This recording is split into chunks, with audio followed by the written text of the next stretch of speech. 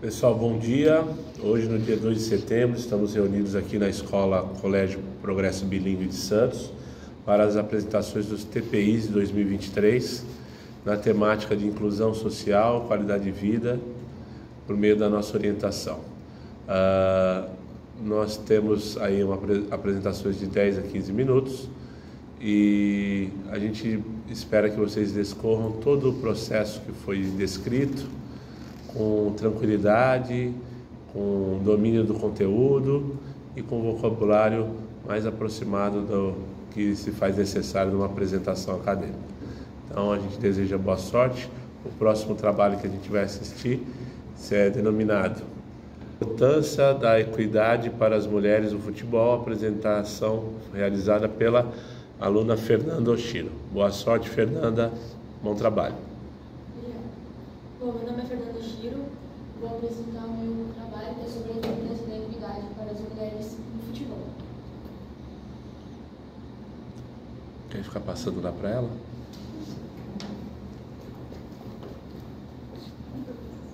Senta ali, Ana, na cadeira. Isso. Bom, o objetivo desse trabalho é demonstrar a falta de equidade no gênero do futebol, entre o feminino e o masculino, e principalmente sobre as faltas da escola de futsal feminino aqui na Baixada Santista. Muito bom.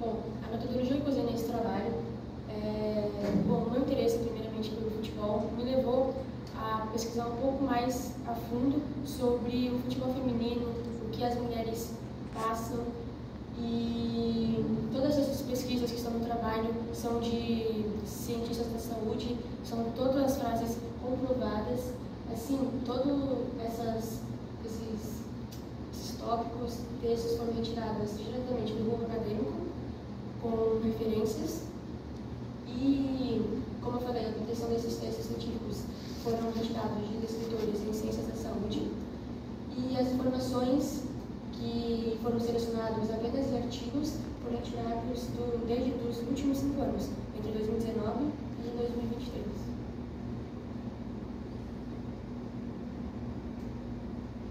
Bom, o futebol feminino ele começou lá em 1913, com jogos amistosos e beneficentes.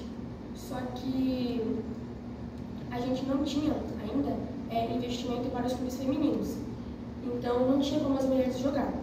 Em 1941 veio a lei com a criação do CND, que é o Conselho Nacional de Desportos, que ressalta que as mulheres não deveriam praticar esportes que não fossem adequados à nossa natureza. Assim, as mulheres foram proibidas de jogar por mais de 40 anos.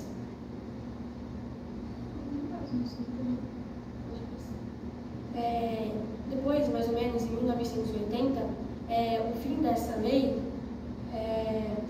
o fim da proibição das mulheres no futebol aconteceu. Só que mesmo assim, as mulheres não conseguiam continuar a jogar futebol por conta do investimento. Só que depois de um tempo, essa lei ela foi regulamentada e alguns times e clubes e federações femininos começaram a aparecer, dando a oportunidade para as mulheres começarem a jogar no futebol. Bom, um dos principais tópicos que eu queria falar aqui é sobre a desigualdade de oportunidades na Baixada Santista. Aqui na Baixada Santista tem apenas 3 escolas que treinam meninas, apenas meninas, que é a FUPS, que é a Prefeitura de Santos, a Fênix, futsal feminino, que tem aqui em Santos, e em São Vicente, Praia Grande, se não me engano, e também tem as Feiras da Vila, que não é uma escola, mas é um clube que continua treinando apenas meninas. E essa limitação de oportunidades prejudica muitas meninas, porque a opção de meninos é muito maior. Por exemplo, eu fiz uma pesquisa que ressalta que as escolas masculinas que treinam meninos para jogar futebol e futsal tem mais que 50 na Baixada Santista, e na feminina tem apenas 3.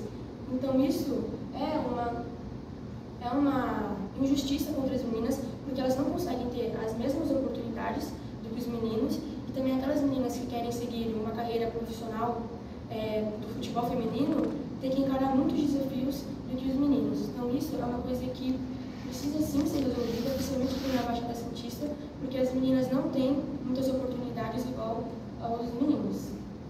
Voltando aqui pro primeiro time de futebol feminino, foi o Araguari Atlético Clube, que foi criado em Minas Gerais.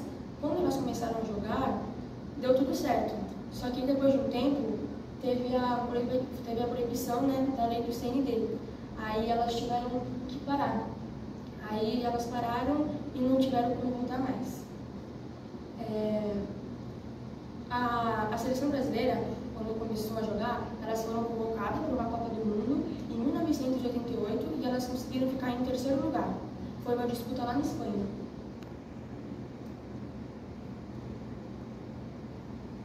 Enfim, o preconceito e estereótipos de gênero no futebol feminino. O futebol feminino, ele trouxe muitos desafios para nós mulheres que jogam futebol, e principalmente veio por conta do machismo. Isso começa desde a infância, quando uma menina, por exemplo, ganha uma boneca ao invés de uma bola, e quando uma menina é vista jogando futebol, ela já é rotulada que, por exemplo, essa menina pode ser homossexual, é lésbica. Então a gente sempre sofreu desse tipo de preconceito só por jogar futebol. E isso acaba prejudicando até o mental das meninas, porque elas se sentem muito mal com isso. Outra questão também, que é muito falada entre as meninas, é a questão da aparência. Muita gente julga a aparência dela por ter cabelo curto, por parecer um homem. E isso acaba prejudicando muito elas, até mesmo pela saúde mental, que acaba influenciando no jogo. Bom, o crescimento do futebol feminino em 2023, ele teve um avanço muito grande, principalmente pela Copa do Mundo Feminina, que aconteceu agora aqui, né? A Espanha foi a ganhadora e ela ganhou por volta de 160 milhões de dólares o time, investiu nesse time. E essa Copa eu posso falar que foi a melhor que teve do feminino, porque a CBF, junto com a FIFA, montou uma estrutura inédita, espetacular, com delegação recorde, voo fretado, núcleo de saúde e performance exclusivo. Os uniformes, pela primeira vez, foi feito sob medida para as meninas, com tecnologia da Refit, que promete a leveza, o conforto das mulheres. Essa, em 2023, foi o primeiro ano que as mulheres tiveram toda essa exclusividade.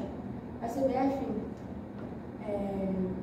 disse que eles fizeram tudo isso, montaram todo um cronograma, levaram as meninas para a Austrália e Nova Zelândia, que foram os países que cederam a Copa do Mundo, 20 dias antes, para elas conseguirem treinar, para elas realmente se preocuparem só para jogar o futebol.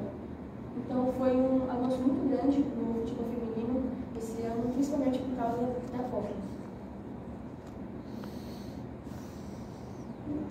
Bom, aqui na discussão, podemos falar sobre um pouco do investimento e da Marta. Bom, Marta, todo mundo conhece, né? É a maior jogadora de futebol do mundo e já ganhou vários prêmios. A Marta, ela foi uma menina que também foi muito... Como posso falar? Foi muito... Ela sofreu muito. Ela era uma menina muito simples, só que desde o começo ela já jogava futebol, ela já se destacava entre os meninos. E o treinador dela percebeu isso, então ela tinha um diferencial. Aí ele colocou ela para jogar nos jogos amistosos da região, campeonatos. Só que como ela era muito boa e se destacava entre os meninos começaram a ameaçar ela de machucar. Aí o técnico achou melhor tirar ela desses campeonatos e deixar só nos treinos mesmo. Só que Marta, ela não deixou por aí. Ela conseguiu e ela correu atrás dos seus sonhos. Ela foi para o Rio de Janeiro, juntou seu próprio dinheiro e foi fazer 2 testes, no Vasco e no Fluminense. No Vasco, ela foi reprovada, mas no Fluminense, ela foi aprovada e ficou lá por volta de 3 anos. Depois disso, ela foi emprestada a Santa Cruz, clube carioca, que esse clube fez uma negociação e vendeu a Marta para um time europeu, a Suécia. Ela ficou 5 temporadas e conseguiu o seu primeiro prêmio de melhor jogadora do mundo. Esse foi o primeiro prêmio que ela ganhou. E o último, o sexto, ela ganhou também como melhor jogadora do mundo em 2018, igualando o Messi e superando a marca de gols do Pelé pela seleção brasileira de 2015. Então, voltando aos investimentos, o crescimento dos clubes brasileiros, em particular, principalmente o Corinthians, que é o maior time do Brasil, que tem mais vitórias, que tem mais premiações, ele é um impulsionador do futebol feminino. Muitas meninas se